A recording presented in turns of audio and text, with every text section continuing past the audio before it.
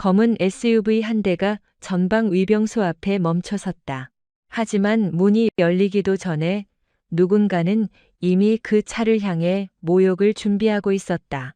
신임 연대장을 길바닥에 세워둔 18분. 그 짧은 시간이 한 중령의 인생을 통째로 무너뜨릴 줄은 아무도 몰랐다. 경기도 파주시 문산읍 임진강 너머로 적과 대치 중인 육군 제1보병사단.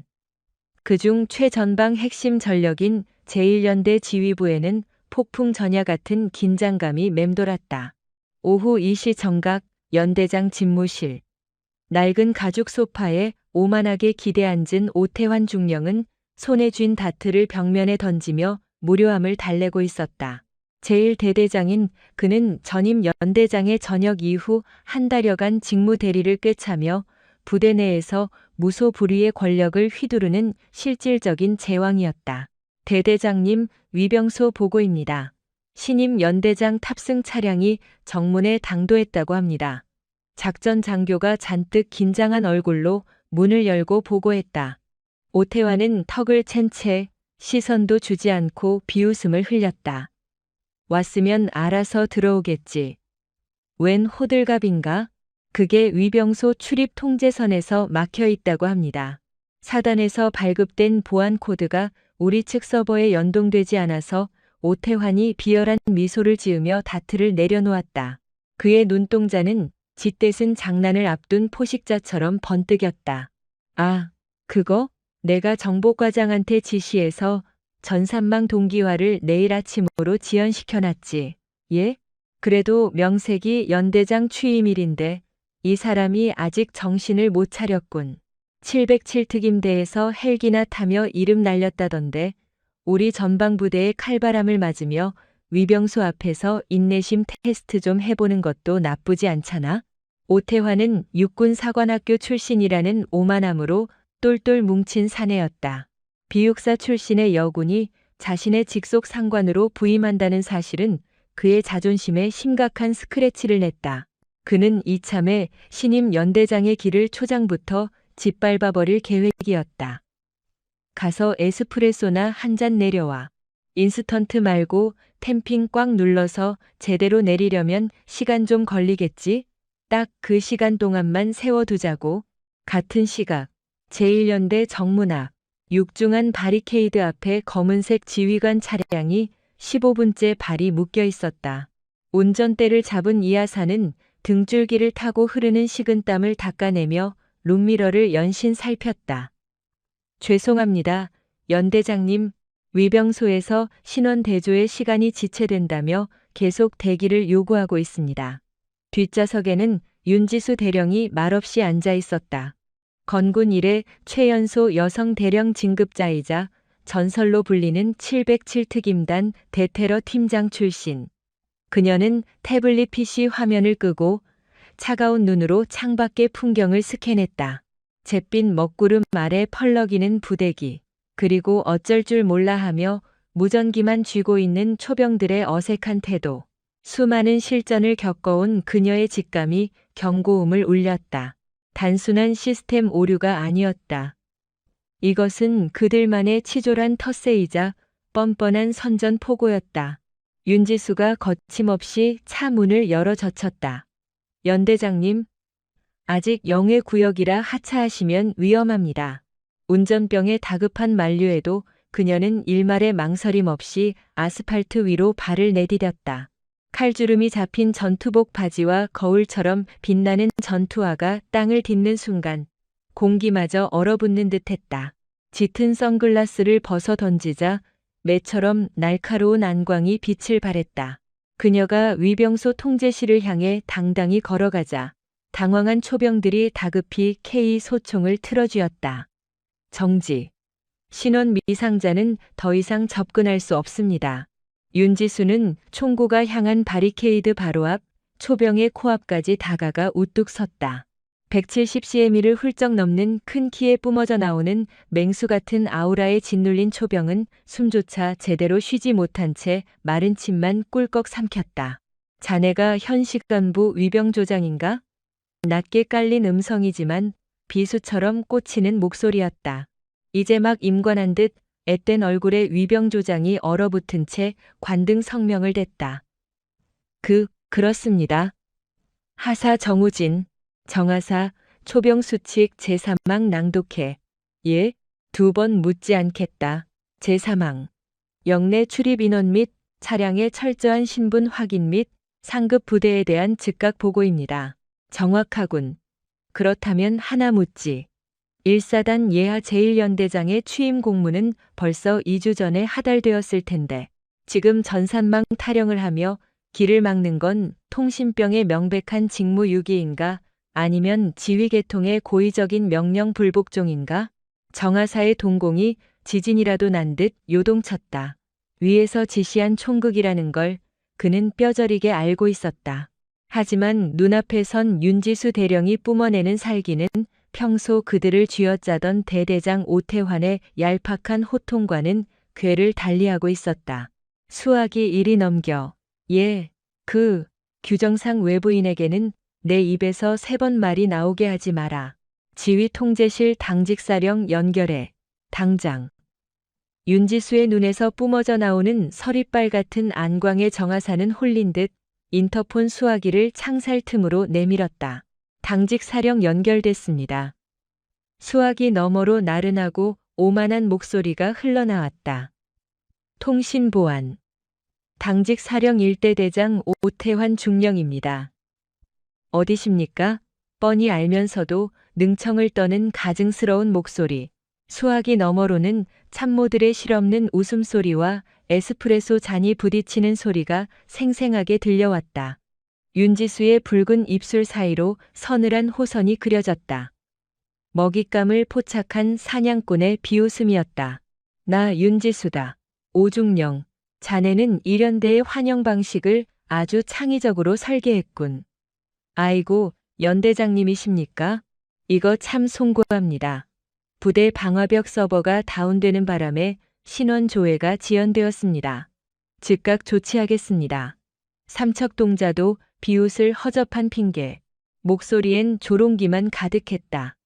서버 핑계는 나중에 군사경찰대 감찰조사에서나 실컷 떠드시고 내 전술 시계로 현재 시각 정확히 14시 18분. 정문 출입 통제선에서 18분을 허비했다. 명색이 특임대 출신이신 분이 그깟 10여 분을 못 참으십니까? 참는 건 내 주특기지. 하지만 상관을 길바닥에 세워두고 노닥거리는 오합지졸 부대가 전시 상황에 적의 기습이라도 받으면 얼마나 추태를 부릴지 견적이 딱 나오는군. 지금 당장 게이트 개방해. 철컥. 윤지수는 일말의 여지없이 수화기를 거칠게 끊어버렸다. 육중한 철문이 둔탁한 파열음을 내며 열렸다. 윤지수는 위병소를 지키는 정하사를 향해 짧게 거수 경례를 받았다. 수고해라. 경계 늦추지 말고. 그녀가 뒷좌석에 다시 오르자 잔뜩 긴장한 운전병이 백미러로 힐끔거리며 입을 열었다. 연대장님, 정말 괜찮으십니까? 일대 대장님 평판이 부대 내에서도 워낙. 윤지수가 태블릿에 기밀 문서를 넘기며 차갑게 대답했다. 이하사. 예, 연대장님. 나는 득실 때는 반군 게릴라들 사이에서도 목을 따온 사람이다. 고작 목줄 풀린 개 한 마리가 짖는다고 내 갈 길이 막히겠나? 지프차는 흙먼지를 일으키며 연병장을 가로질렀다. 윤지수의 날카로운 시선은 본청 2층의 블라인드 처진 창문을 정확히 꿰뚫고 있었다. 오히려 잘 됐지. 고름이 알아서 터져주니 손에 피 묻힐 일도 줄었어. 연대장실 문을 거칠게 열어 젖히자 매캐한 담배 냄새와 곰팡 내의 악취가 훅 끼쳐왔다. 집무실은 흡사 폐허 같았다. 책상 위에는 파쇄되지 않은 서류들이 어지럽게 널려 있었고 가죽 소파 위에는 진흙이 잔뜩 묻은 전투화 발자국이 보란듯이 찍혀 있었다. 심지어 테이블 위에는 아직 연기가 피어오르는 담배꽁초가 재떨이에 비벼져 있었다. 누군가 방금 전까지 이곳에 있었다는 명백한 조롱이었다. 뒤따라 들어온 인사과장이 사색이 되어 더듬거렸다. 연대장님, 죄송합니다. 당번병들을 시켜 즉각 치우겠.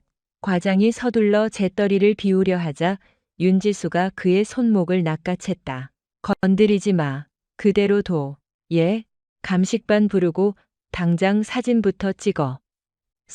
사진 말씀이십니까? 지금 이 쓰레기장이 우리 연대의 처참한 민낯이다. 상관에 대한 하극상, 군기강회의, 보안 위반의 현장. 먼지 하나도 빠짐없이 증거로 남겨라. 얼음장 같은 명령에 인사과장은 덜덜 떨며 휴대전화를 꺼냈다. 찰칵거리는 연속 셔터음이 숨막히는 사무실의 정적을 깨뜨렸다. 그 순간 복도 끝에서 박자를 엇나가는 불량한 전투와 발소리가 울려 퍼졌다. 전, 진, 조롱 섞인 콧노래 같은 구호와 함께 오태환 중령이 껌을 씹으며 모습을 드러냈다. 그는 짐짓 과장된 표정으로 엉망진창인 집무실을 휘휘 둘러보며 이죽거렸다. 아이고, 이게 다 뭡니까? 관리병 녀석들이 정신이 빠져가지고 환영식을 이따위로 준비했네요. 제가 아침마다 얼차려를 줘도 요즘 애새끼들이 워낙 개념을 밥 말아 처먹어서 말입니다. 그는 은근슬쩍 하급자들에게 책임을 떠넘기며 윤지수의 신경을 긁었다. 윤지수는 천천히 몸을 돌려 오태환을 쏘아보았다. 비록 배성민은 윤지수보다 머리 하나가 더 클 정도로 거구였지만 그녀의 눈빛에서 뿜어져 나오는 살기에 순간적으로 등골이 서늘해짐을 느꼈다. 송지훈 중령. 윤지수가 차갑게 이름을 불렀다. 예, 연대장님, 말씀하십시오. 자네 눈에는 이 개판이 정말 병사들의 태만으로 보이나? 그럼 뉘집게 잘못이겠습니까? 까라면 까야 할 놈들이 안 깐 거 아닙니까? 윤지수는 뒷짐을 진 채 천천히 그에게 다가갔다. 또각, 또각, 묵직한 군합 발소리가 공기를 베듯 울려 퍼졌다. 단순히 방이 더러운 거라면 병사들의 실수라 쳐주지. 하지만 상관을 기만하려는 이 썩어빠진 아그는 결코 하급자의 핑계를 댈 수 없는 지휘관의 묵인이자 책임을 뜻하지. 뭡니까? 지금 저 들으라고 하시는 말씀이 지나치신 것 아닙니까? 오태환의 목덜미가 불그락 푸르락 달아올랐다. 느려 터진 위병소 보고 쓰레기장 같은 연대장실, 그리고 주머니에 손을 찔러 넣은 자네의 그 오만방자한 태도까지. 이 모든 게 단순한 우연의 일치일까? 윤지수는 오태환의 가슴팍에 달린 삐딱한 계급장을 손가락으로 매섭게 튕겨버렸다. 내 눈에는 자네가 벌이는 이 얄팍한 기싸움이 아주 투명하게 보이는데 말이야. 허참, 대령님, 707 특임대에서는 독심술이나 점치기 같은 것도 가르치는 모양입니다. 다 큰 오해십니다. 오태환은 비열한 미소를 지으며 뻔뻔하게 응수했지만 윤지수의 눈동자는 마치 포식자처럼 빛나고 있었다. 그게 오해인지 아니면 항명인지는 조만간 판가름 나겠지. 다만 한 가지만 경고하지. 윤지수는 라이터를 꺼내 만지작거리며 책상 위에 먼지 쌓인 서류 더미를 가리켰다. 나는 내 구역 안에 존재하는 쓰레기들을 절대 방치하지 않아. 그게 곰팡이든 썩은 서류든 아니면 제복 입은 기생충이든 말이야. 앞으로 아주 스펙터클해질 거다. 기대해, 오중령. 내가 특수부대에서 배운 건 고작 테러범 목 꺾는 기술 하나만이 아니거든. 오태환은 바지 주먹을 부들부들 떨며 꽉 쥐었다.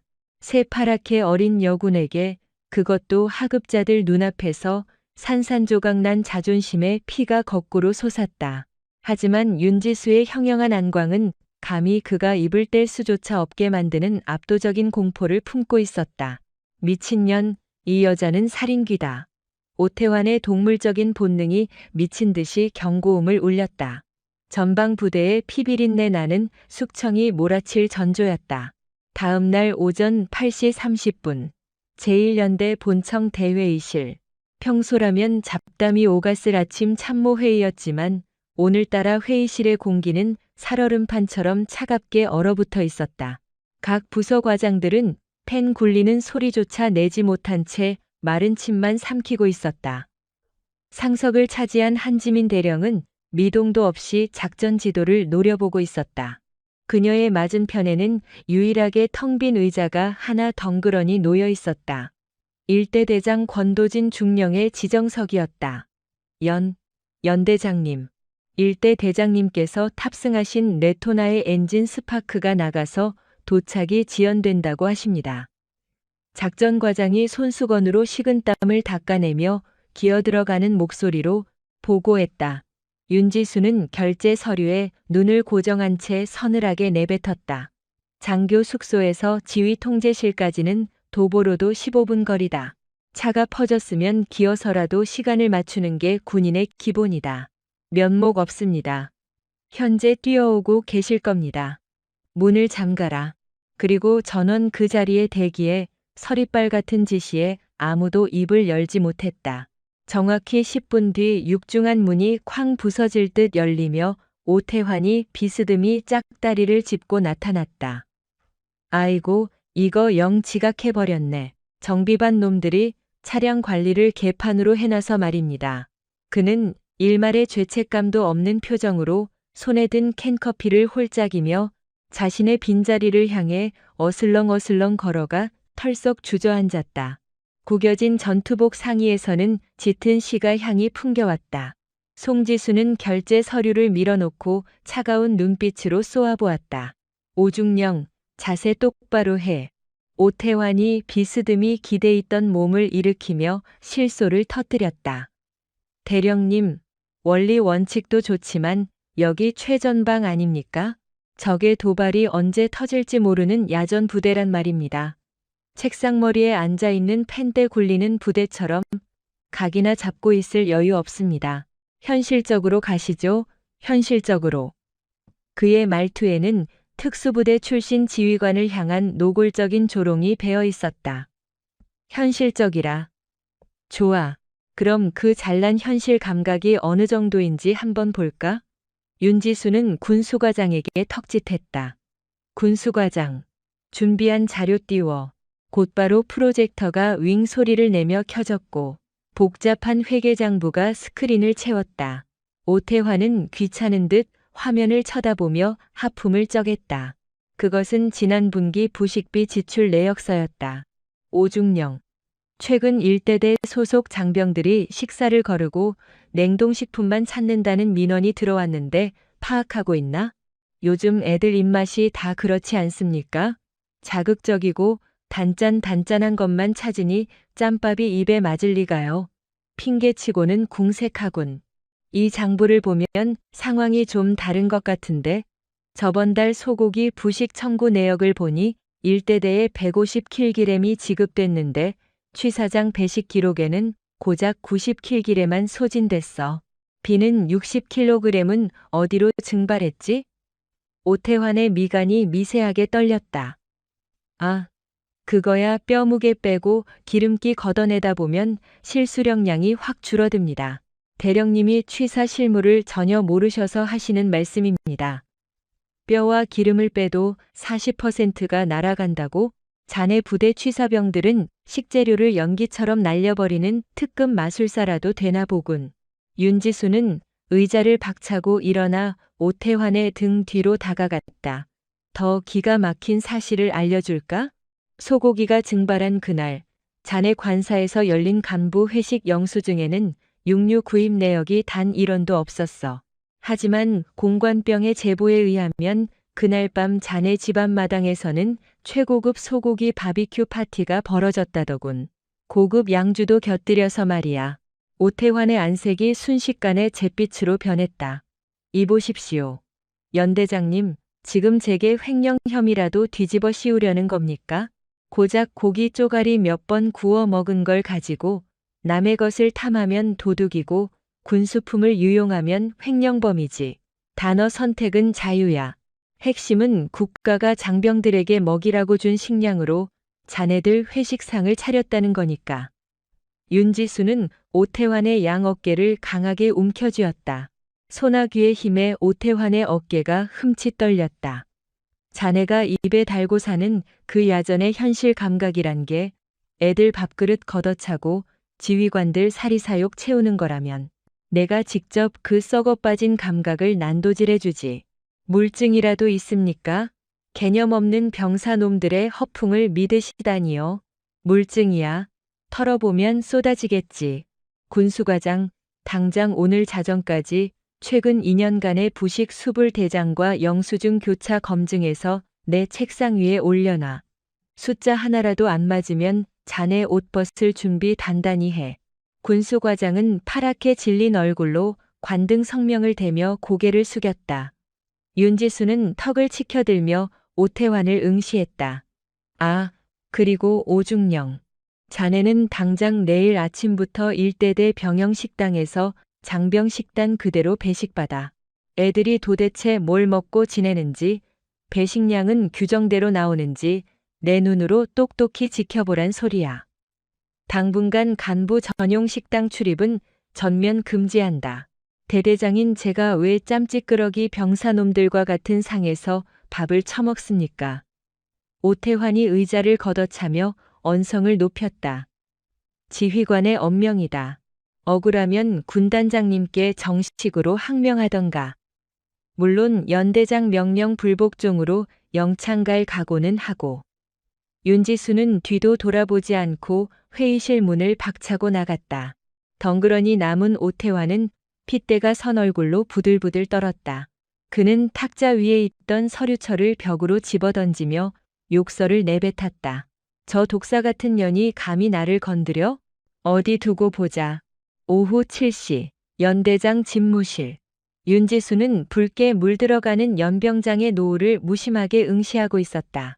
가벼운 노크 소리에 이어 감찰장교 김대위가 보고를 위해 들어왔다. 그는 부대 내에서 유일하게 그녀가 등 뒤를 맡길 수 있는 청렴한 신복이었다. 연대장님, 일대대장 오태환 중령으로부터 만찬 초대 연락이 왔습니다. 파주 시내의 최고급 한우 전문점에 룸을 잡아두었다고 합니다. 화해의 식사라. 윤지수는 차가운 비소를 머금었다. 대낮에 그 수모를 당하고 밤에 밥을 먹자니 꿍꿍이가 뻔했다. 10중 8구 덫을 놓은 겁니다. 독주를 먹여 추태를 유도하거나 묵직한 돈봉투로 입을 막으려는 얄팍한 수작이겠죠. 당장 취소시키겠습니다. 아니, 제 발로 함정에 들어가 줘야지. 적장의 숨통을 끊으려면 적진 한가운데로 뛰어들어야 하는 법. 윤지수는 책상 서랍 안쪽에서 초소형 도청기를 꺼내 겉옷 안주머니에 챙겨 넣었다. 김대회, 내가 그 구렁이 같은 놈과 술잔을 부딪히는 동안 자네는 뒤에서 은밀하게 단독 작전을 수행해야 해. 하명만 내려주십시오. 바로 실행하겠습니다. 오늘 자정 무렵 일대 대장 집무실을 싹쓸이한다. 예? 대대장실 잠입 작전 말씀이십니까? 송지훈이라는 인간의 본성을 분석해보니 뻔하더군. 자기 목줄을 진짜 이중장부는 부하들에게도 안 맡길 위인이야. 그렇소. 필시 집무실 이중 금고나 벽면 뒤 비밀 공간에 은닉했을 거다. 고깃집에서 나를 요리하느라 경계가 허술해진 틈이 유일한 빈틈이야. 자네 헌병 특임대 출신이잖아. 디지털 도어록이나 구형 금고 하나 따는 건 숨 쉬는 것만큼 쉽겠지? 김대위의 입가에 흥미로운 미소가 번졌다. 여부가 있겠습니까? 벼르고 벼르던 놈의 소굴을 마침내 털어보게 되었군요. 밤 8시 정각, 파주 변두리의 고급 요정 천년의 약속. 오태환은 벌써 얼굴이 붉게 달아오른 채 양주를 들이켜고 있었다. 윤지수가 단정한 검은색 코트 차림으로 룸에 들어서자 그는 자리에서 벌떡 일어나 호들갑을 떨며 맞이했다. 아하, 우리 존경하는 연대장님 오셨습니까? 이쪽 VIP 상석으로 앉으시지요. 오늘 밤은 이 오태환이가 뼈가 부서지도록 댐시겠습니다. 룸 안에 대기하던 일대대 핵심 간부들은 슬금슬금 눈치를 보며 자리를 피해 주었다. 윤지수가 차가운 표정으로 자리에 앉자 오태환이 고급 양주병을 기울였다. 자, 낮에 회의 때는 제가 선을 넘었습니다. 화해의 의미로 한 잔 올리겠습니다. 특전사 출신들은 주량도 엄청나다던데요. 윤지수는 잔을 가만히 내려다보며 입술조차 대지 않았다. 술은 취미 없고 본론이나 꺼내지. 에이, 너무 얼음장처럼 차가우십니다. 다른 게 아니라 우리 피차 이득을 보며 편하게 가자는 말씀입니다. 대령님도 장군 다셔야 하지 않겠습니까? 이 부대에서 괜한 소음 내지 마시고 얌전히 별 딸고 영전하시면 될 일이지. 굳이 벌집을 쑤실 필요가 있겠습니까? 드디어 시커먼 속내가 나왔다. 오태환은 목소리를 뱀처럼 낮추며 은밀히 말을 이었다. 그는 서류 가방에서 골프장 VIP 쿠폰이 섞인 두툼한 돈봉투를 꺼내 윤지화 쪽으로 슥 밀어주었다. 활동비라고 생각하시고 편하게 쓰십시오. 매달 이 액수의 보너스도 얹어드릴 수 있습니다. 사단 주변 민간 건설업체들이 알아서 바친 성의입니다. 명백한 검은 돈이었다. 윤지수는 봉투를 차갑게 쏘아보았다. 제법 묵직했다. 이 더러운 돈이 네가 떠들던 상부상조인가? 부대원들의 부식비까지 횡령해서 만든 피 같은 돈. 아이, 군대에 100% 결백한 장교가 어디 흔합니까? 다들 그렇게 해먹는 관행이죠. 대령님도 적당히 이거 챙기시고 이번 헌병대 장비 점검이나 식자재 감사는 대충 넘어갑시다. 윤지수는 옷 안쪽에 숨긴 도청 장치가 제대로 작동하는지 가늠하며 그 봉투를 만지작거렸다. 오태환의 입가에 비열한 미소가 번졌다. 하지만 윤지수는 돈다발을 챙기기는커녕 뜨겁게 달아오른 숯불, 화로 속으로 쳐넣을 듯 위협하다가 식탁 위로 매몰차게 내던졌다. 오중령, 넌 타깃을 아주 크게 착각했군. 예, 내 관심사는 그런 푼돈이 아니라 바로 내 놈의 군복을 벗기는 거니까. 찰나의 순간 윤지수의 스마트워치가 진동을 울렸다. 김대위가 보낸 암호 메시지였다. 작전 성공. 타일 뒤 은닉 금고 개방 완료. 비자금 장부와 차명 계좌 전량 압수 후 이탈 중. 윤지수는 차갑게 웃으며 자리에서 일어섰다. 아니, 지금 어딜 가시는 겁니까? 아직 협상이 덜 끝났습니다만 윤지수는 경멸이 가득한 눈빛으로 오태환을 쏘아보았다. 협상은 끝났어. 내 입으로 방금 전부 불었지 않나. 부대 기금 횡령, 업자들 뇌물수수, 거기다 상관에 대한 뇌물 공여 시도까지. 무슨 소립니까? 너 설마 몰래 녹취를 한 거야? 오태환의 안색이 시체처럼 창백해졌다. 내일 아침 헌병대와 함께 연대 연병장에 전 병력 집합시켜도 내 놈이 말하는 그 알량한 관행이 어떤 참혹한 결말을 맞는지 만천하에 까발려 줄 테니. 윤지수는 일말의 미련도 없이 방문을 박차고 나갔다. 오태환은 넋이 나간 채 바닥에 털썩 주저앉았다. 오랫동안 쌓아온 자신의 왕국이 무너져 내리는 소리가 귓가에 울렸다. 새벽 2시 대대장 집무실. 도대체 이게 무슨 미친 짓이야. 오태환 중령의 턱이 공포로 요동쳤다. 독하게 마셨던 위스키 기운은 등줄기를 타고 흐르는 식은땀에 밀려 완전히 달아나 버렸다. 그는 카펫 바닥에 엎어진 채 위장된 벽면 뒤에 입을 벌리고 있는 텅 빈 금고만 하염없이 쳐다보았다. 그 철제 박스는 그의 권력을 지탱하던 심장이었다.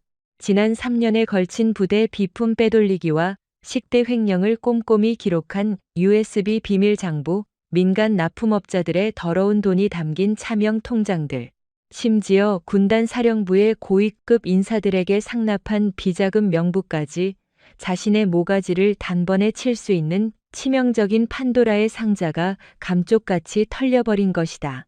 도대체 어떤 쥐새끼가 다녀간 거야? 보안 잠금 장치가 걸린 방문은 멀쩡했고 이중창 역시 굳게 닫혀 있었다. 외부에서 강제로 뚫고 들어온 흔적이라곤 단 한 톨도 없는 완벽한 밀실 절도였다. 특수부대 수준의 침투조가 움직인 게 분명했다.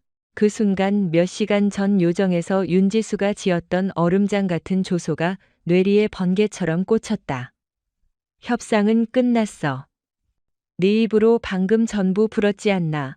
설마 그 독종 여자가 직접 사람을 썼단 말인가? 오태환은 경련하는 손가락으로 다급히 스마트폰을 켰다. 단축번호 1번을 길게 눌렀다. 사단 사령부의 인사참모 송재학 중령. 육사 시절부터 동고동락하며 오태환의 온갖 비리를 덮어주던 최후의 동아줄이었다.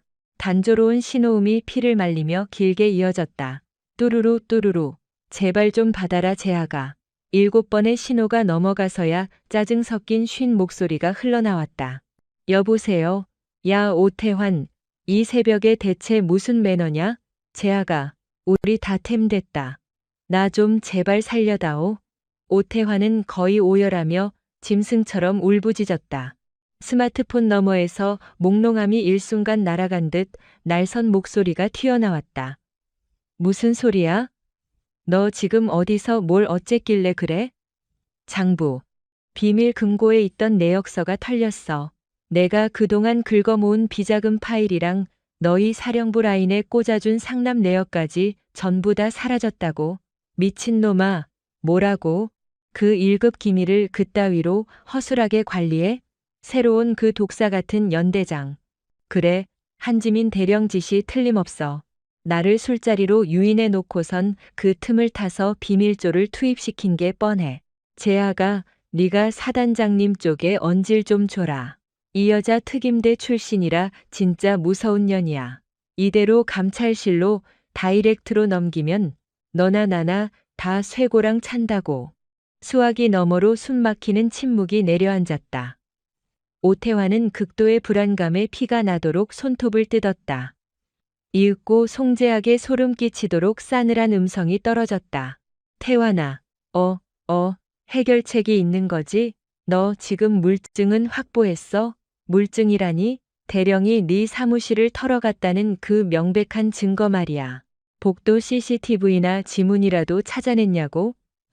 아니, 내 비밀방에는 애초에 보안상 카메라를 달아두지 않았단 말이야. 하지만 정황상 타이밍이 그 여자밖에 없잖아. 이 모자란 새끼. 물증 하나 없이 직속 상관을 도둑으로 엮겠다고? 게다가 거기서 내 이름은 왜 튀어나와? 나까지 시궁창에 처박으려고 작정했어?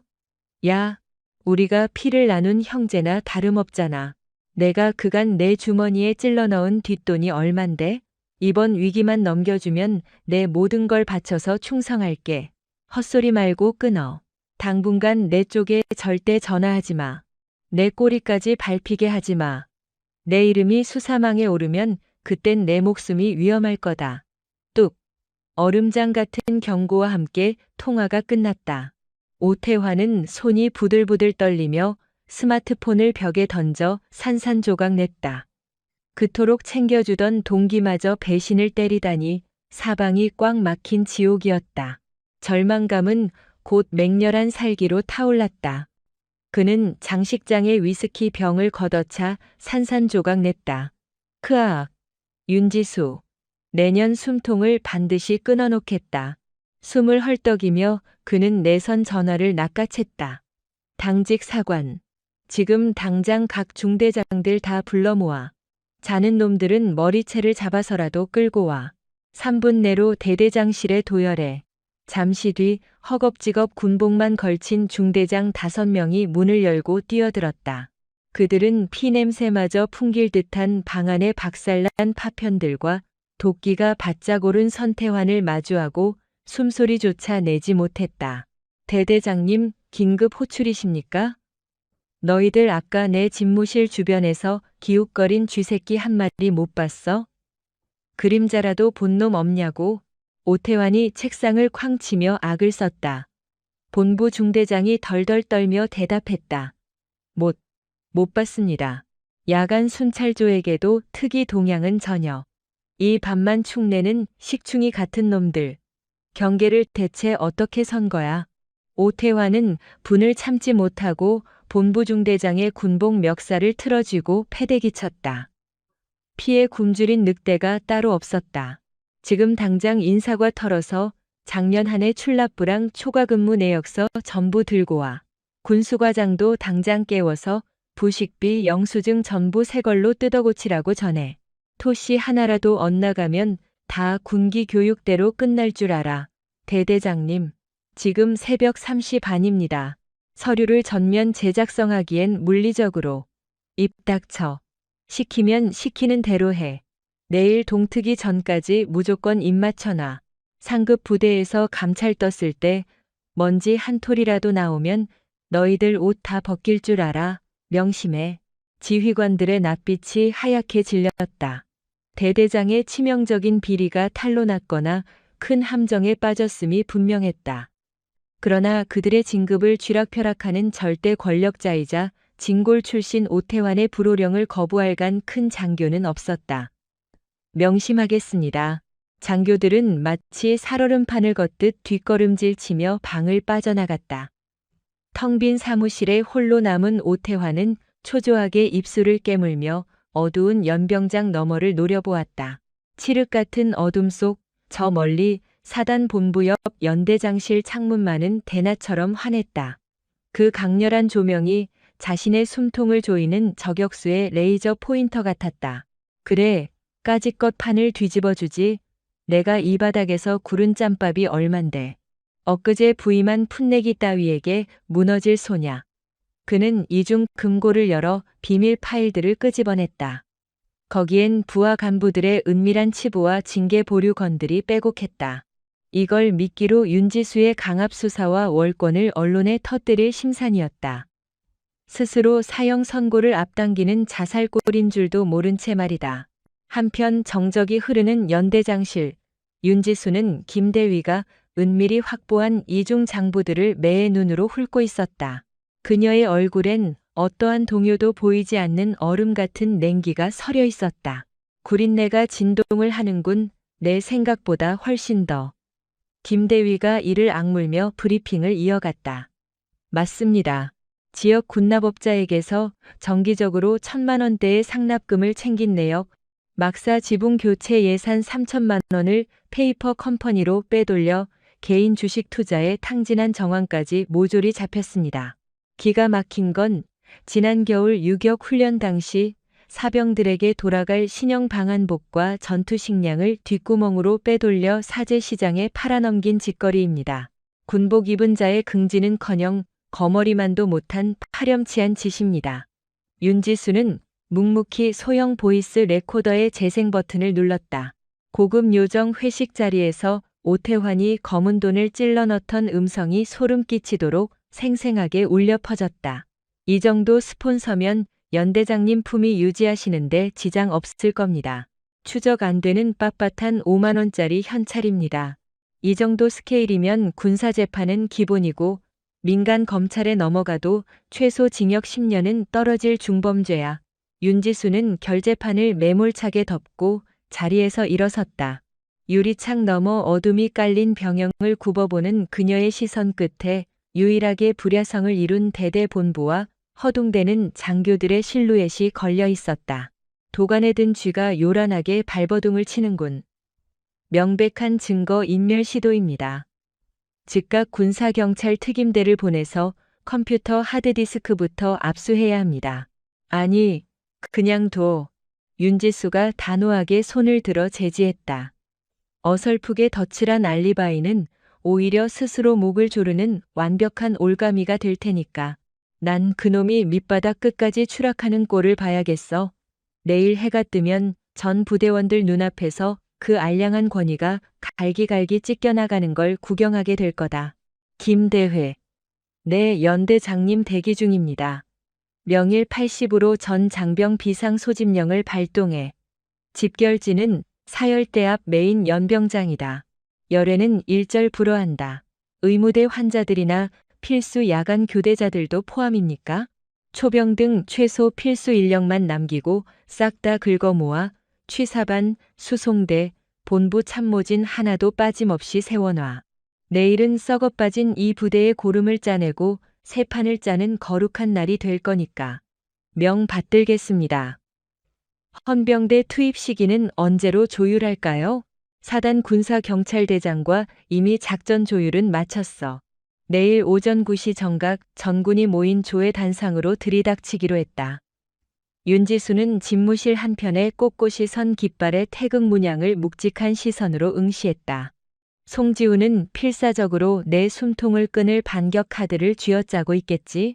궁지에 몰린 독사가 최후의 발악을 하는 법이거든.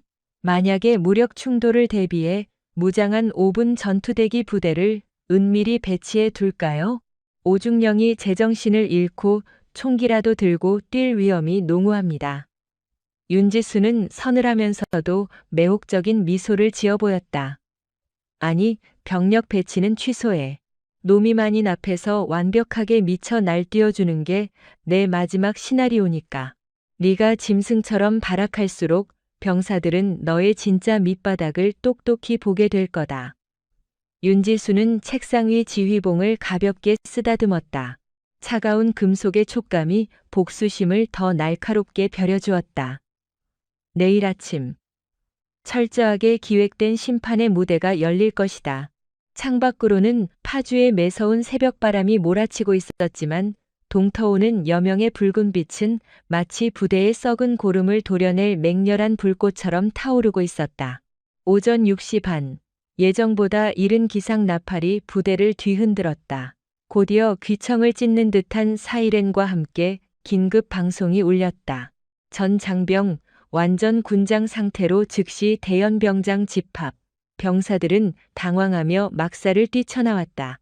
미친, 아침부터 완전 군장, 진짜 전쟁이라도 터졌나? 새로 온 연대장이 기싸움 거는 거라니까. 아, 오늘 하루 꼬였네. 병사들은 거친 숨을 내쉬며 흙바람이 날리는 연병장으로 억지로 발걸음을 옮겼다. 연병장 단상에는 서슬퍼런 기운이 감돌았다. 한지민 대령은 티끌 하나 없이 다려진 정복 차림으로 석상처럼 서 있었고 그 우측에는 오태환 중령이 초조한 기색을 숨기지 못한 채 서성였다. 오태환의 얼굴은 흑빛이었다. 어젯밤 내내 불법 군수품 거래 장부를 은폐하느라 눈은 핏발이 섰고 손끝은 미세하게 떨렸다. 저 독사가 진짜 물증을 잡은 건가? 아, 대세리라. 아니야, 그럴 리 없어. 그는 애써 침을 삼키며 윤지수의 날카로운 옆얼굴을 훔쳐보았다. 그는 새벽 내내 보급관들을 협박해 빼돌린 유류와 식자재 장부를 가짜로 덮어두었다. 계좌 추적도 안 되는 현금 거래였어. 우기면 그만이다. 3,000명의 대열이 거대한 사각형을 이루며 연병장에 도열했다. 매서운 칼바람 속에 부대기가 펄럭이는 가운데 주임원사의 차렷, 구령이 떨어졌다. 3,000개의 군화가 동시에 땅을 구르는 소리가 천둥처럼 울려 퍼졌다. 연대장님께 대하여 경례. 윤지수는 흔들림 없는 눈빛으로 천천히 손을 올려 답경례를 했다. 바로 마이크를 쥔 그녀의 목소리는 낮았지만 광장을 장악하는 묵직한 파장이 있었다. 전진부대 장병들 신임 연대장 윤지하다. 윤지하는 천천히 시선을 돌리며 굳어있는 병사들의 얼굴을 하나하나 응시했다. 나는 오늘 거창한 취임사나 늘어놓으려 이 자리에 선 것이 아니다. 지휘관으로서 여러분에게 깊은 사죄를 하러 왔다. 대열 곳곳에서 사과, 라며 당황한 수군거림이 번졌다. 늘 판에 박힌 훈화만 듣던 병사들에게는 너무도 이질적인 시작이었다. 지난 시간 동안 너희는 지급받아야 할 정량을 받지 못한 채 줄인 배를 움켜쥐고 야간 경계에 나섰고 방한 장비조차 없이 혹한의 추위와 싸워야 했다. 연병장의 무거운 침묵이 내려앉았다. 국가가 제복 입은 여러분에게 보장한 당연한 권리가 썩어빠진 누군가의 탐욕 때문에 갈취당했기 때문이다. 윤지수는 곧바로 옆에 서 있던 권도진과 오태환을 매섭게 가리켰다. 일대 대장 권도진 그리고 오태환 중령. 오태환이 사색이 되어 여 연대장님 지금 무슨 짓입니까? 라며 저항했지만 그녀는 개의치 않았다. 이 자들은 병사들의 부식과 난방유를 민간업자에게 팔아넘겨 사욕을 채웠다. 너희가 입어야 할 신형 방한복은 암시장에 풀렸고 그 돈은 이자의 룸살롱 비용으로 쓰였다. 너희가 진흙탕에서 구를 때 이자는 위스키를 마시며 돈다발을 셌다. 그만하십시오. 증거도 없이 지휘관을 모욕하는 건 명백한 명예훼손입니다. 오태환이 눈에 핏대를 세우며 단상 앞으로 뛰어나왔다. 그는 다급히 병사들 쪽으로 몸을 돌렸다. 야, 너희들 나 알지? 내가 회식 때마다 고기 사주고 얼마나 챙겨줬냐. 보급이 꼬인 걸 왜 내 탓으로 돌려? 내가 예산 타오려고 상급 부대에서 얼마나 구걸하고 다녔는데. 오태환의 비굴한 변명이 연병장에 울려 퍼졌다. 그러나 대열 속 병사들의 시선은 경멸로 가득 차 있었다. 유통기한이 지난 소시지, 난방이 끊겨 벌벌 떨었던 겨울밤들, 그리고 오태환이 내뱉던 온갖 폭언과 가혹행위가 주마등처럼 스쳐 지나갔다. 병사들은 직감적으로 진실을 깨닫고 있었다. 윤지수는 싸늘하게 비웃으며 한 걸음 다가갔다. 명예, 군복의 명예는 견장에서 나오는 게 아니라 부하를 책임지는 헌신에서 나오는 거다. 너 같은 기생충에게 훼손당할 명예가 한 줌이라도 남아있나? 웃기지 마. 나를 밀어내려고 수작 부리는 거 다 알아. 당장 증거 가져와. 오태환이 악을 썼다. 증거를 원한다면 기꺼이 보여주지. 윤지수의 신호와 함께 연단 뒤 대형 스크린이 켜졌다. 화면에는 어젯밤 오태환이 업자에게 현금 뭉치를 건네받는 영상과 함께 그를 고발하는 이하사의 진술서가 띄워졌다. 스피커에서는 잡음 섞인 오태환의 생생한 목소리가 광장을 채웠다. 아, 매달 이 정도 찔러주시면 저야 감사하죠. 애들 부식 창고랑 유류고 관리야 제 구역 아닙니까? 군대 고기 좀 덜 먹는다고 안 죽어요. 적당히 해먹고 삽시다. 그 끔찍한 진실 앞에 3,000명의 분노가 활화산처럼 끓어오르기 시작했다. 대강당은 순식간에 통제 불능 상태가 되었다. 대원들의 표정은 충격에서 경멸로 변해갔다. 미친 거 아니야? 우리 부식비로 유흥을 즐겼다고? 가만두면 안 돼. 여기저기서 험악한 말들이 쏟아졌다. 동료 장교들마저 부끄러움의 시선을 피했다. 윤민수의 얼굴은 핏기가 가시며 파리하게 굳어졌다. 이거 다 모함이야. 저 대령이 꾸며낸 가짜라고. 그는 이성을 잃은 채 한지윤을 향해 돌진했다. 증거가 담긴 기기를 빼앗기 위한 발악이었다. 그런들, 그만해라. 한지윤의 단호한 외침과 동시에 그녀가 그림자처럼 파고들었다. 덤벼드는 윤민수의 손목을 날렵하게 잡아채어 관절을 꺾고 하체를 걷어차 단상 위에 고꾸라뜨렸다. 크악! 윤민수의 고통스러운 신음이 터져나왔다. 특수전사령부에서 연마한 호신술이었다. 한지윤은 그를 바닥에 결박한 상태로 얼음장같이 차가운 시선을 보냈다. 군형법 제44조 항명, 제56조 상관에 대한 특수상해 미수, 추가로 공금 횡령과 불법 금품 수수. 한지윤은 또렷한 목소리로 그의 범죄 사실을 차례대로 짚었다. 마지막까지 정말 꼴사납군, 윤중령. 바로 그 순간 부대 입구에서 요란한 경광등 불빛이 번쩍였다. 끼익. 사단 군사경찰대 호송차 3대가 강당 앞을 막아섰다. 전투복 차림의 군사경찰들이 장비를 차고 신속하게 하차했다. 정대위, 체포해. 옆에 서 있던 정대위가 확성기를 들었다.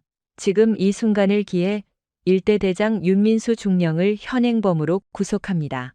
압수한 이중 장부와 영상 증거는 이미 사단 법무부에 이관 조치했습니다.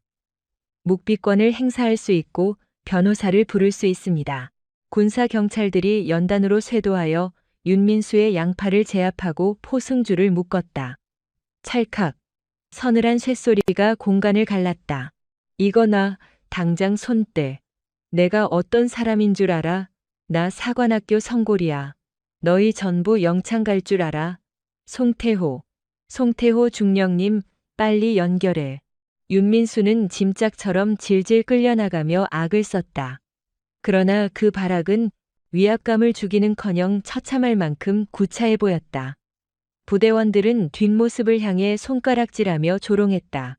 아룸, 한지윤은 옷깃을 털어내고 정면을 응시하며 단상 중앙으로 걸어갔다. 똑똑히 보았나? 그녀의 나지막한 음성에 들끓던 대강당이 찬물을 끼얹은 듯 정적에 휩싸였다. 이것이 공정이다. 아울러 이것이 본관이 지휘할 맹호 부대의 절대적인 규율이다. 그녀는 멀어지는 윤민수를 향해 손을 뻗었다. 비리를 저지르는 자, 후배들을 착취하는 자, 군복의 무게를 잊은 자는 계급장을 불문하고 처절한 응징을 받게 될 것이다. 내 부대에서 완전히 뿌리 뽑힐 때까지 대원들의 심장 깊은 곳에서 뭉클한 전율이 솟구쳤다. 그것은 수년간 상실했던 상관에 대한 존경심이었다. 마침내 병력들을 방패처럼 품어줄 참된 리더를 맞이한 것이다. 대열 뒤편에서 누군가 감격에 겨워 소리쳤다. 대령님 최고다. 그 외침은 도화선이 되어 걷잡을 수 없는 파도로 퍼져갔다. 와, 맹호, 맹호. 2,000명의 장병들이 열광하며 구호를 제창했다. 그 우렁찬 함성은 부대를 억누르던 악습의 댐을 부수고 찬란한 새벽이 밝았음을 선포하는 팡파르였다. 한지윤은 요란한 박수갈채를 받으며 옅은 미소를 머금었다. 그러나 그녀의 내면은 차분했다. 윤민수는 그저 장기말일 뿐이라는 사실을 직감했기 때문이다. 방금 전 발악하며 부르짖은 이름, 송태호. 상급 부대의 풀리를 틀고 있는 거대한 배우가 그녀와의 일전을 벼르고 있었다. 한지윤이 시작한 정화의 칼춤은 이제 겨우 첫 장을 넘긴 셈이었다. 윤민수 중령이 압송된 지 벌써 7일이 경과했다. 일연대는 겉보기에는 완벽한 일상을 회복한 모양새였다. 취 사장의 식단은 몰라보게 풍성해졌고 난방류가 제때 보급되어 내무반의 밤도 훈훈해졌다. 장병들은 드디어 군대 살맛 난다며 활기를 띠었다.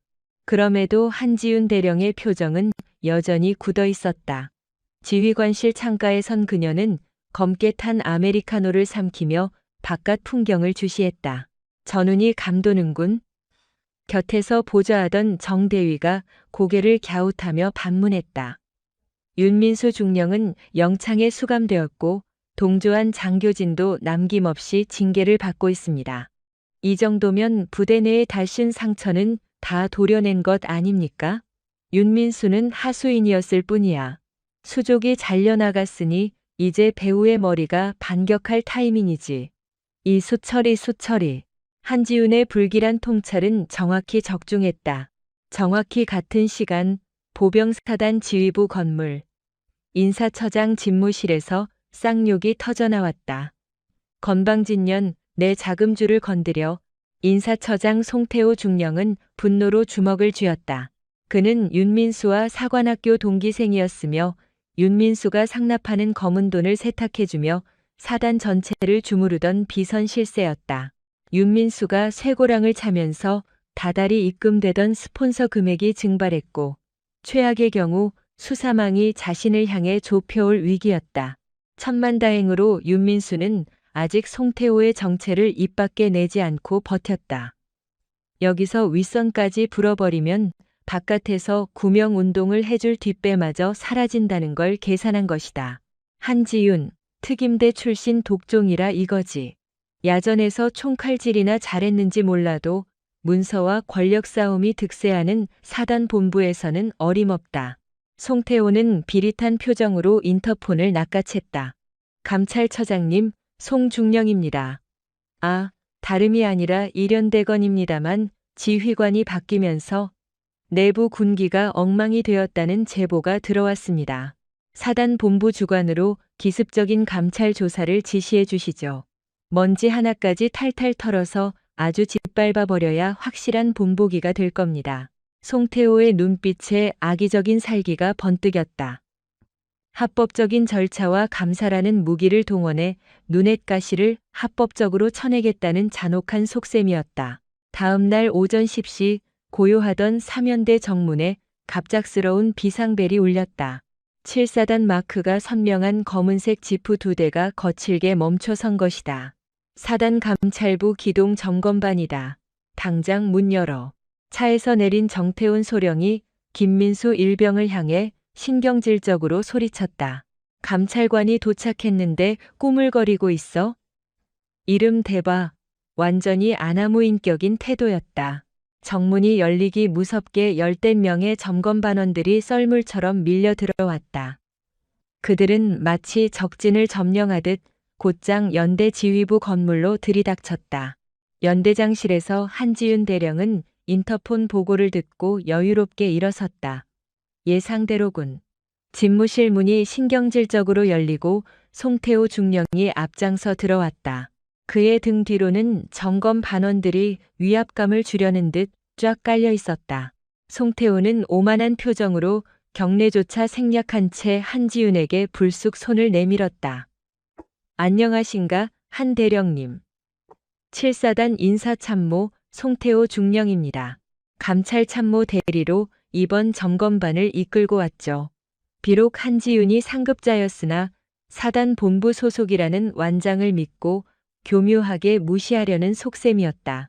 한지윤은 허공에 뜬 그의 손을 외면한 채 얼음장 같은 시선으로 쏘아붙였다. 경례. 네? 상관을 마주하면 거수경례가 먼저라는 기본 수칙도 사단에서는 까먹나 보지? 송태호의 낯빛이 순식간에 불그락푸르락해졌다. 수하들이 보는 앞에서 단단히 체면을 구긴 셈이다. 그는 머쓱하게 손을 내리고는 마지못해 손날을 올렸다. 필승. 패기가 없군. 다시. 필승. 됐어. 공문 한 장 없이 불쑥 들이닥친 걸 보니 사단에 불이라도 났나? 송태호가 어금니를 꽉 깨물고 대꾸했다. 윤민수 중령건으로 사면대의 군기문란이 우려 수준이라는 판단이 섰습니다. 부대 전반의 실태를 파악하고 문제점을 즉각 뜯어 고치려 내려온 겁니다. 겉보기엔 그럴듯한 점검이었으나 실상은 먼지털이식 표적 수사를 하겠다는 선전포고나 다름없었다. 알았어, 적극 협조하도록 하지. 단, 선은 넘지 마. 내 부대원들을 억지로 괴롭힌다면 나 역시 좌시하지 않을 테니까. 하하. 염려 마시죠. 철저히 규정과 원칙에 입각할 테니까요. 송태호는 입꼬리를 비열하게 올리며 집무실을 빠져나갔다. 곧바로 피말리는 점검이 시작되었다. 점검반원들은 2인 1조로 찢어져 연대 구석구석을 이잡듯 뒤지기 시작했다. 아주 사소한 오타나 구석의 얼룩까지 꼬투리를 잡으며 대대적인 압박을 가했다. 내무반에서는 살벌한 점검이 이어졌다. 이병 모포각이 다 무너졌잖아. 전투와 굽에 묻든 진흙은 또 뭐고? 당장 엎드려 뻗쳐. 본부 사무실 역시 서류 뒤집기로 난장판이었다. 어이, 윤성민 소령. 작전 명령서 양식이 구버전이잖아. 들여쓰기 간격도 안 맞고. 이거 싹 다 파기하고 밤을 새워서라도 새로 작성해. 급양대 식당까지 들이닥친 그들은 억지를 부렸다. 식칼 거치대. 살균 램프가 꺼져 있네. 싱크대의 고인 물방울은 또 뭐고. 이수진 영양사. 이거 완전 직무유기 아닙니까? 당장 경위서 쓰세요. 다분히 악의적인 먼지털이식 점검이었다. 부대 간부들과 병사들의 얼굴은 분노로 일그러졌고 여기저기서 불만이 터져나오기 시작했다. 송태호는 병사들이 시달리는 꼴을 보며 은밀한 미소를 지었다. 힘들어 죽겠지? 다 너희 잘난 연대장 때문이야. 억울하면 한지윤을 원망하라고. 그는 부하들을 방패막이 삼아 한지윤의 숨통을 조이고 있었다. 수하들이 부당한 고초를 겪는 것을 지켜보는 지휘관의 심정이 얼마나 비참한지 누구보다 잘 아는 까닭이었다. 오후 7시, 송태호는 연대장실 문을 열고 들어와 한지윤의 책상 위로 두툼한 결과 서류를 패대기 치듯 던졌다. 대령님, 이거 참담한 수준입니다. 확인해 보시죠. 적발 건수만 100건이 넘어가요. 두발 불량, 화기 수입 불량, 문서 오탈자까지. 이런 꼴로 무슨 전쟁을 치릅니까? 사면대는 사단 요주의 부대로 특별 관리를 받아야겠습니다. 한지윤은 그 서류 더미에는 눈길 한 번 주지 않고 송태호의 눈만 빤히 응시했다. 그래서 본론이 뭐야? 당연히 지휘관의 책임을 지셔야죠. 서면 경고장이 발부될 예정입니다. 아울러 군기가 정상화될 때까지 사면대 전 장병의 출타와 외박은 전면 보류하겠습니다. 출타 제한 조치. 군인들에게 그것은 가혹한 형벌과 같았다. 부대원들의 원성을 한지윤에게 돌려 지휘력을 붕괴시키려는 아주 비열한 작전이었다. 송태호는 승리를 확신하며 오만에 빠져 있었다. 특수부대 출신 전투병과라도 이런 복잡한 행정 규정 앞에서는 속수무책일 거라 단정한 것이다. 그러나 그의 크나큰 착각이었다. 한지윤이 과거 특전사에서 연마한 것은 무식한 육탄전이 전부가 아니었다. 적의 약점을 쥐고 흔들며 심리적 허점을 찌르는 고도의 지략 역시 그녀의 주특기였다. 그녀는 동요하는 기색 하나 없이 책상 서랍에서 무거운 책자 하나를 꺼내 들었다. 육군 법규집이었다. 송중령, 그 잘난 규정과 원칙, 지금부터 나랑 조목조목 뜯어볼까? 한지윤의 눈동자가 서늘한 광기를 띄었다. 본격적인 역공의 신호탄이었다. 한지윤은 매끄러운 손놀림으로 법규집을 넘겼다. 사르륵 종이 넘기는 소리만이 얼어붙은 방안을 맴돌았다. 그녀는 붉은색 펜을 들고 지적사항을 하나하나 짚어갔다. 우선 병사들 두 발이 불량하다고 했지? 육군 징계 규정 및 복무수칙 제15조 2항. 격오지 및 전방 부대 장병은 훈련 여건을 감안하여 지휘관의 판단에 따라 두 발 길이를 융통성 있게 조절할 수 있다고 똑똑히 적혀 있는데, 한지윤의 매서운 시선이 송태호의 당황한 얼굴에 정통으로 꽂혔다. 우리 부대는 최전방 해안 경계 임무를 맡고 있다. 규정상 한 달에 한 번 정지훈 이발병이 방문해 이발을 지원하지만 이번 달은 폭우와 산사태로 진입로가 막혀서 오지 못했다. 이건 자연재해로 인한 불가피한 상황이지 군기문란이 아니야. 그런데 이걸 감찰 지적 사항으로 삼는다고? 송태호 중령의 안면 근육이 일그러졌다. 아무리 그래도 규정 위반은 맞습니다. 둘째, 통신 장비 관리 부실. 자네 감찰관들이 문제 삼은 건 P999K 무전기더군. 그 무전기는 도입된 지 너무 오래돼서 외관 플라스틱이 다 사가버린 상태다. 이건 병사들이 닦지 않아서가 아니라 장비 수명이 다 끝났기 때문이다. 한지윤 대령은 책상 서랍에서 붉은 도장이 찍힌 서류를 꺼내 송태호 중령의 가슴팍에 던지듯 내밀었다. 내가 지휘관으로 오자마자 윤태수 군수참모에게 신형 장비 교체 건의서를 4번이나 올렸지만 예산 핑계로 묵살한 곳이 어디지? 바로 자네들 사단 지휘부 아닌가? 신형 장비 보급은 안 해주면서 낡은 무전기를 쓴다고 김도윤 일병을 징계위에 회부해? 그게 너희 감찰실의 원칙인가? 송태호 중령은 입술만 달싹거렸다.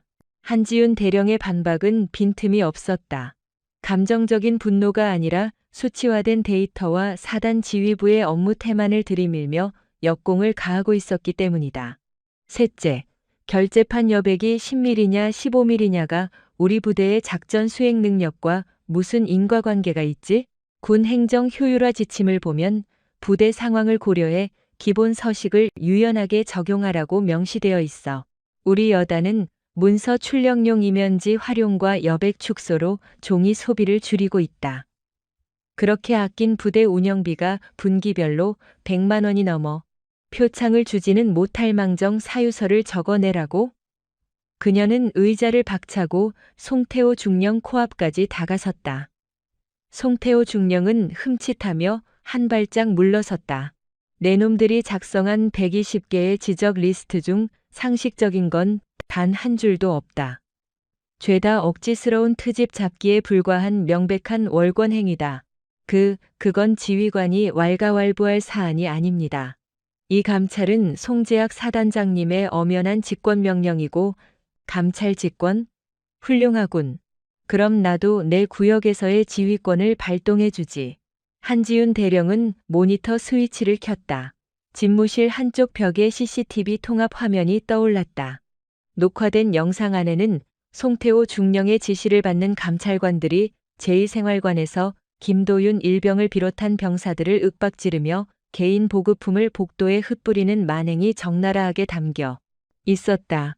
하이라이트는 그 다음이었다. 정태훈 소령이 김도윤 일병의 관무람 안쪽을 억지로 뜯어내다 부모님이 사주신 손목시계를 바닥에 패대기쳐 박살냈다. 그는 사과는 고사하고 부서진 시계 파편을 전투와 발로 밟으며 당장 쓰레기통에 쳐넣으라고 소리쳤다. 그 장면을 지켜보던 송태호 중령의 안색이 하얗게 질렸다. 군인복무기본법 제10조. 병역 내에서 상급자는 하급자의 인격권을 침해해선 안 되며 우월적 지위를 이용해 사적 재산을 훼손하거나 모욕감을 주면 안 된다. 한지윤 대령의 서늘한 음성이 좁은 지휘관실을 얼어붙게 만들었다. 이건 정당한 감찰이 아니라 깡패 짓거리야. 내 방어선 안에서 내 부하들을 짓밟은 대가를 제대로 치르게 해줄까?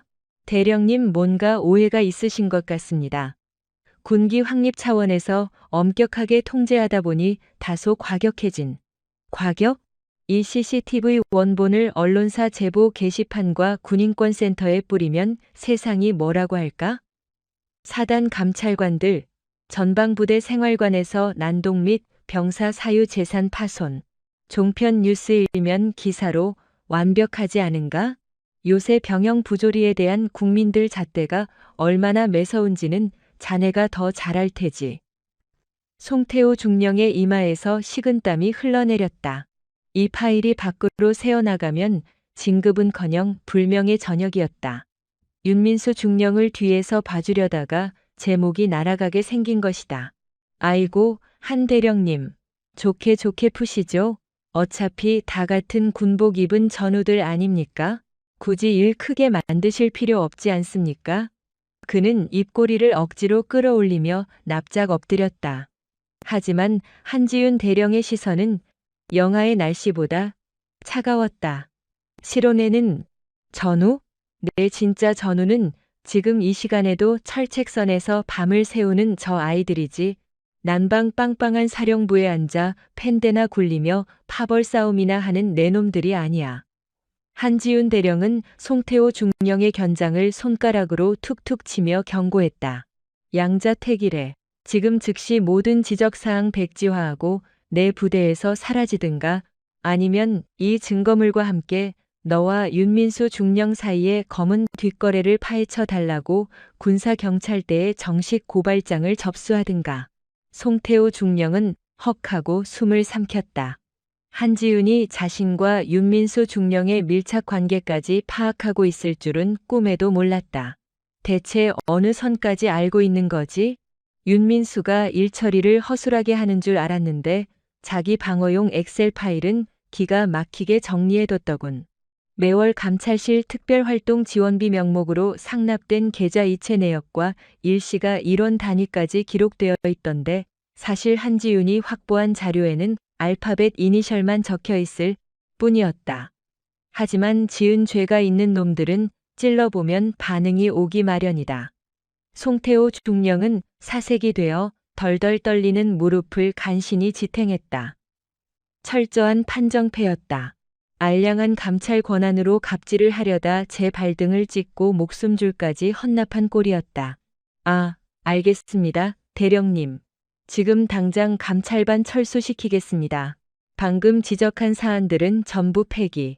그냥 가서는 안 되지. 한지윤 대령은 모니터 속에 비친 부서진 시계를 손가락으로 가리켰다.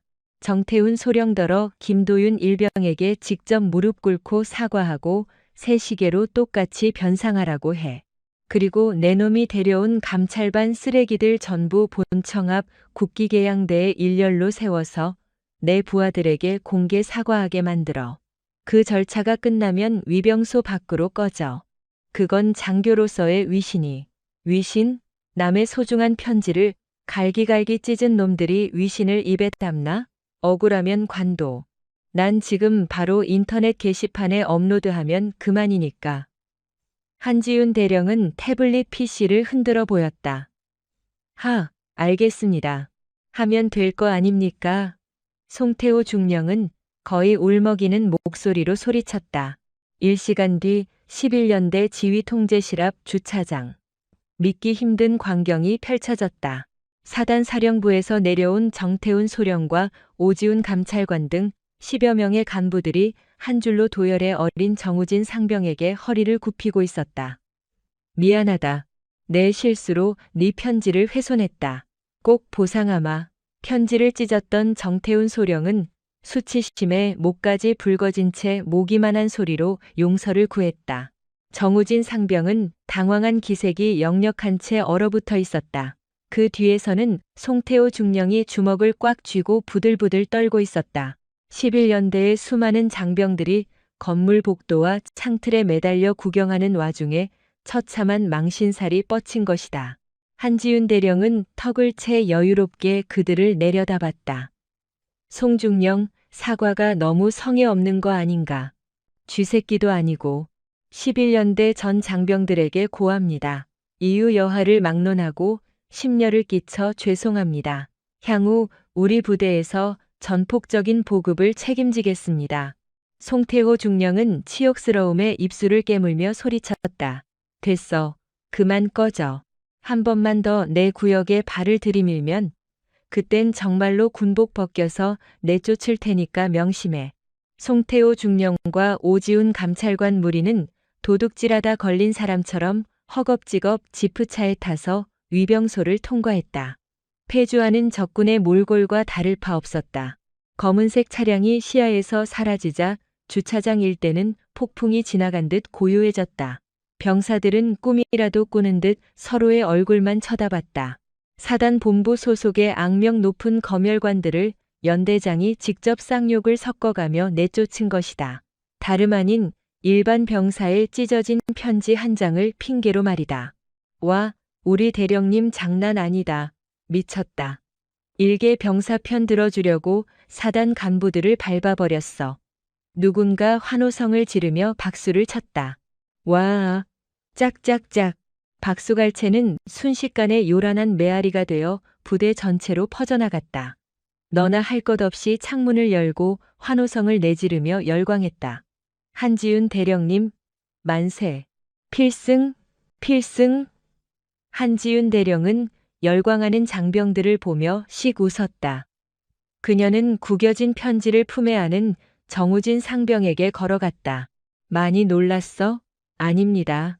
정말 감사합니다. 대령님, 은혜 잊지 않겠습니다. 정우진 상병은 코끝이 찡해져서 훌쩍거렸다. 종이 쪼가리야 테이프로 붙이든 새로 쓰든 하면 그만이야. 하지만 군인의 명예는 한 번 꺾이면 다시 세우기 어렵거든. 내 새끼들이 남들 앞에서 고개 숙이는 꼴은 죽어도 못 참는다. 알아들었어? 넵, 가슴에 새기겠습니다. 한지윤 대령은 정우진 상병의 등을 툭툭 쳐주고는 지휘 통제실로 돌아갔다. 장병들이 그녀의 뒷모습을 바라보는 눈빛은 마치 구원자를 보는 듯한 맹목적인 신뢰로 가득 차 있었다. 송태호 중령을 처참하게 박살냈음에도 한지윤 대령의 표정은 차가웠다. 어차피 송태호 역시 거대한 권력의 꼬리일 뿐이니까 머지않아 사단 전체에 흉흉한 소문이 쫙 퍼질 것이다.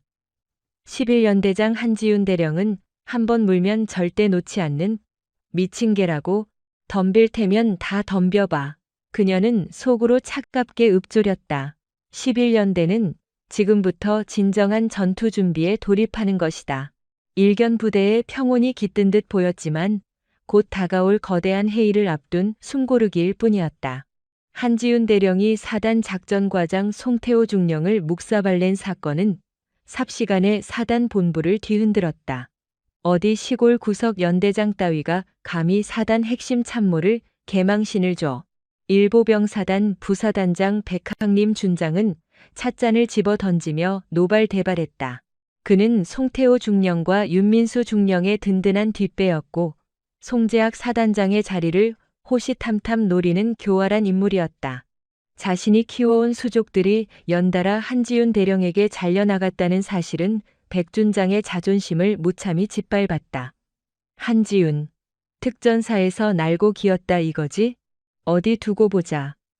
진짜 야전 부대의 매운맛을 확실하게 보여주마. 열흘 뒤 사단 통합회의실. 송건호 군단장이 참관하는 대규모 야외 기동 훈련을 대비한 긴급 회의가 열렸다. 송재학 사단장을 포함한 주요 참모들과 예하 부대 지휘관들이 총집합했다. 공기는 숨이 막힐 듯 무거웠다. 백항림 준장이 레이저 포인터를 들고 단상에 올랐다. 이번 작전은 우리 부대의 전술적 역량을 송건호 군단장님께 증명해야 하는 사활이 걸린 훈련이다. 단 한치의 오차도 용납하지 않는다. 그는 작전 지도를 매섭게 노려보며 지시를 내렸다. 청군 공격은 기갑 여단과 특공연대, 포병대대가 연합하여 출격한다. 막대한 항공 지원과 포격 지원이 뒤따를 것이다. 그러고는 비열한 웃음을 흘리며 한지윤 대령을 쳐다보았다. 반면 이를 막아낼 황군 방어은 11연대 단독으로 진행한다. 방어 거점은 연천군 최전방의 험준한 계곡지대다. 회의실 안이 일순간 웅성거림으로 가득 찼다. 대항군 훈련은 보통 전력을 비슷하게 맞추거나 수비 측에 유리한 고지를 주는 것이 상식이었다. 아무런 지원도 없는 알보병 연대가 최신식 전차와 특공대를 맨몸으로 뚫어내라는 건 자살 행위나 다름없었다. 하지만 백준장의 억지는 거기서 끝이 아니었다. 추가로 11연대에는 최악의 페널티가 부여된다. 적의 대규모 포격으로 인해 지휘 통제망이 완전히 마비되고 레이더 장비의 90%가 소실된 상태에서 시작한다. 더불어 교량 폭파로 인해 추가 병력 및 물자 보급은 전면 통제된다. 미친 소리나 다름없었다. 사실상 눈을 가리고 귀를 막은 채 맨주먹으로 탱크를 상대하라는 악의적인 설정이었다. 이건 정상적인 작전 수행 능력을 평가하려는 게 아니라 11연대를 본보기로 박살내겠다는 처형 선고였다. 타 부대 지휘관들이 식은땀을 흘리며 한지윤 대령의 입만 바라보았다. 누가 봐도 책상을 엎고 분노해야 할 절망적인 상황이었다. 한지윤은 조금의 흔들림도 없는 눈빛으로 백항림 준장을 빤히 쳐다보았다. 의문 사항이 있습니다. 뭔가? 자신 없나? 벅차면 당장 포기해. 지휘관은 얼마든지 바꿀 수 있으니. 백항림이 입꼬리를 올리며 자극했다. 그게 아닙니다. 통제 조건이 애매한 부분이 있어 짚고 넘어가려 합니다. 통신망이 완전히 붕괴되었다면 무전기를 일절 쓸 수 없다는 의미입니까? 그렇다. 자네 부대는 개전 즉시 모든 무전 장비의 전원을 꺼야 한다. 연락병이나 유선 전화망만으로 부대를 이끌어라. 현대전 환경에서 아날로그식 지휘 통제가 통할지 확인하려는 목적이다. 알겠습니다. 그럼 대항군인 공격부대 측의 조건은 무엇입니까? 그쪽도 제약이 주어집니까? 전혀 없다. 대항군은 모든 지휘 통신망을 100% 가동한 상태로 밀고 들어온다. 실전이 언제나 공정하던가? 최악의 악조건을 이겨내는 것이 진정한 지휘관의 역량이다. 명백히 불공평한 조건이었다. 그럼에도 불구하고 한지윤은 순순히 수긍했다. 잘 알겠습니다. 지시하신 통제 조건에 따르겠습니다. 작전 회의를 마치고 밖으로 나서자 송민우 대령이 한지윤에게 다가와 출출 혀를 찼다. 한 대령, 제정신이요? 기갑 부대가 밀고 오는데 무전통신 없이 방어라니? 이번 훈련에서 낙제점이라도 받으면 백장군 성향상 즉각 보직 해임안을 상정하고도 남을 거요. 한지윤은 도리어 가볍게 웃어 보였다. 오려해 주신 점은 고맙습니다. 그렇지만 부사단장님께서 한 가지 놓치신 맹점이 있습니다. 맹점이라니 그게 무슨 소리요? 우리가 무전기를 쓰지 않으면 적군 역시 우리의 통신을 엿들을 수 없다는 점입니다. 한지윤의 두 눈에 서늘한 기운이 감돌았다. 맹수를 잡겠다며 함정을 파두었지만 결국 그 함정에 빠져 허우적대는 쪽이 사냥감일지 아니면 사냥꾼일지는 직접 부딪혀보면 알게 될 겁니다. 부대로 돌아온 한지윤은 곧바로 긴급 지휘관 회의를 열었다. 참모진의 얼굴에는 수심이 가득했다.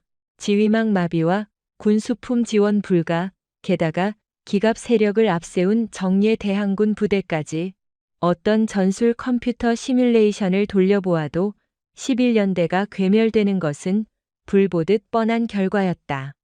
연대장님, 솔직히 이건 답이 안 나오는 싸움입니다.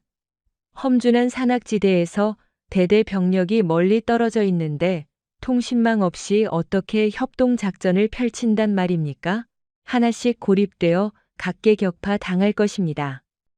윤성민 소령이 답답한 듯 머리를 쥐어뜯었다.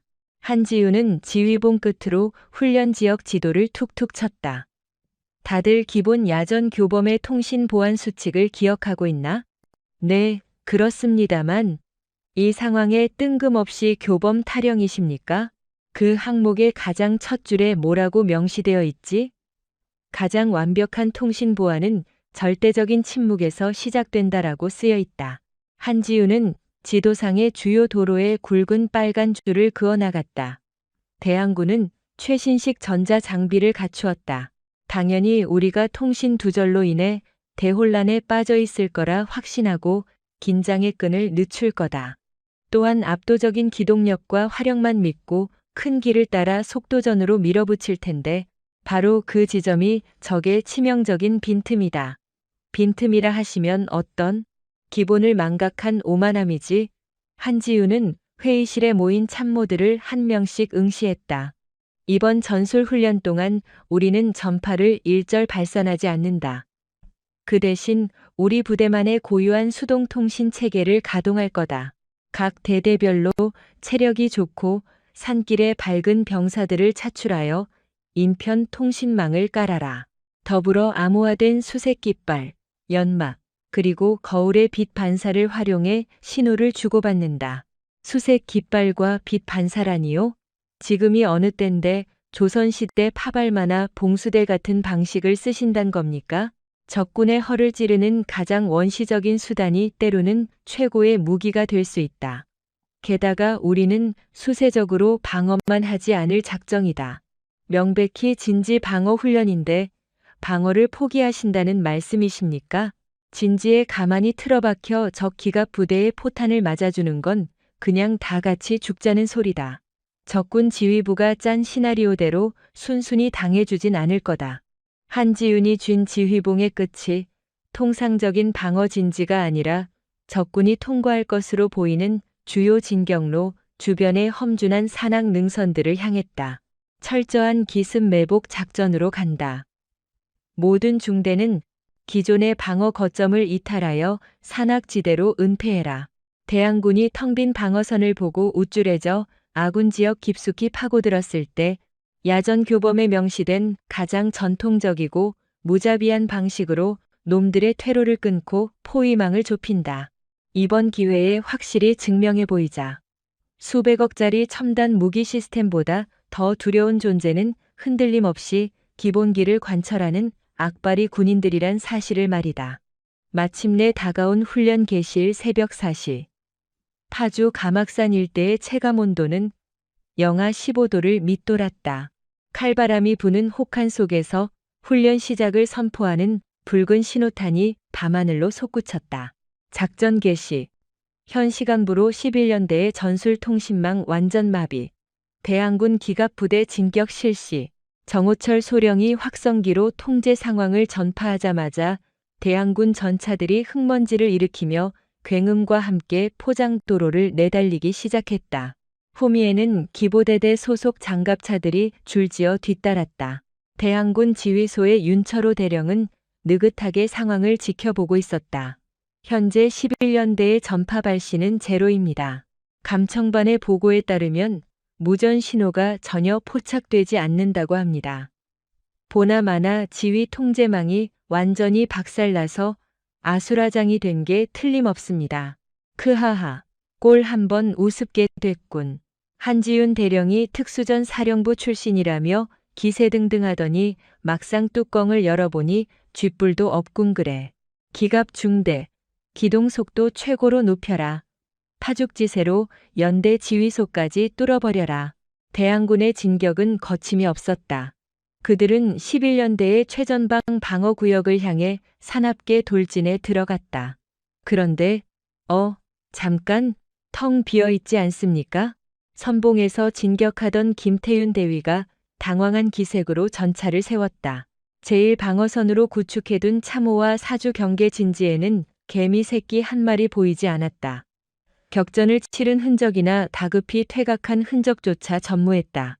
애당초 병력을 배치한 적이 없는 것처럼 일대가 쥐죽은 듯 조용했다. 선봉 중대 보고 현재 전방의 방어 병력이 전혀 식별되지 않습니다.